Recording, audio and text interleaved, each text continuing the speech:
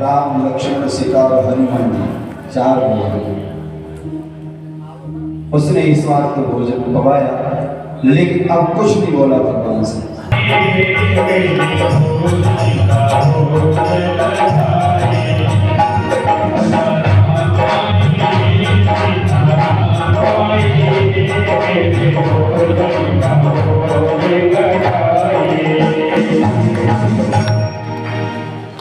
भगवान ने देखा बनाया तो कुछ नहीं से आटा डाला चलो वैसे रखा।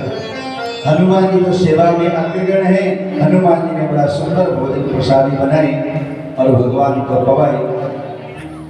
गुरु जी से कहा, गुरु जी वहां तो बहुत भगवान आते हैं, कम से कम आधा 40 किलो आटा दो।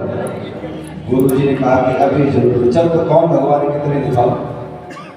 जैसे उसने बुलाया है, नहीं गुरु जी के सामने भगवान नहीं आए, नहीं आए तो रोने लगा। कहा गुरु जी अगर आज सामने आप नहीं आएंगे तो ये कलंक साबित हो जाएगा कि तू वो आटा बेचता है।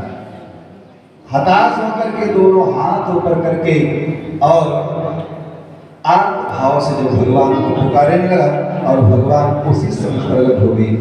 गुरुदेव को दर्शन नहीं हो रहे थे, कहा प्रभु गुरुदेव को भी दर्शन कराना।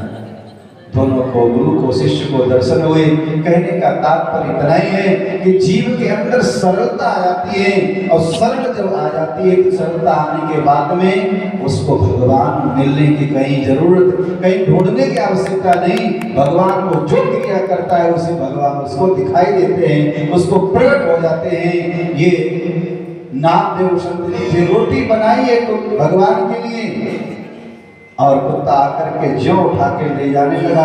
घी का कटोरा रखा है सामने, वहां खड़े हुए पीछे पीछे का प्रभु सूखी रोटी मत खाइए, आप चुपड़ करके रोटी खाइए, भगवान बुद्धि प्रकट हो। कहने का तात्पर्य है सरलता जीव के अंदर जब आ जाती है तब तो भगवान को कहीं ढूंढने की आवश्यकता नहीं, हर वस्तु परमात्मा दिखाई देने लगता है। लेकिन ये छल कपट, ये माया इतनी व्यक्ति के अंदर भर जाती है कि जब घर पूरा कचड़े से भरा होता है तो भगवान दरवाजे से लौट जाते हैं। इसीलिए सरलता रूपी भक्ति जीव के अंदर अवश्य आनी चाहिए। जब भक्ति आ जाती है वो उनकी प्राण वल्लभा है, जब भक्ति आती तो घर साफ हो जाता है, जब साफ हो जाता है तो भगवान बिना बुलाए आ जाते हैं।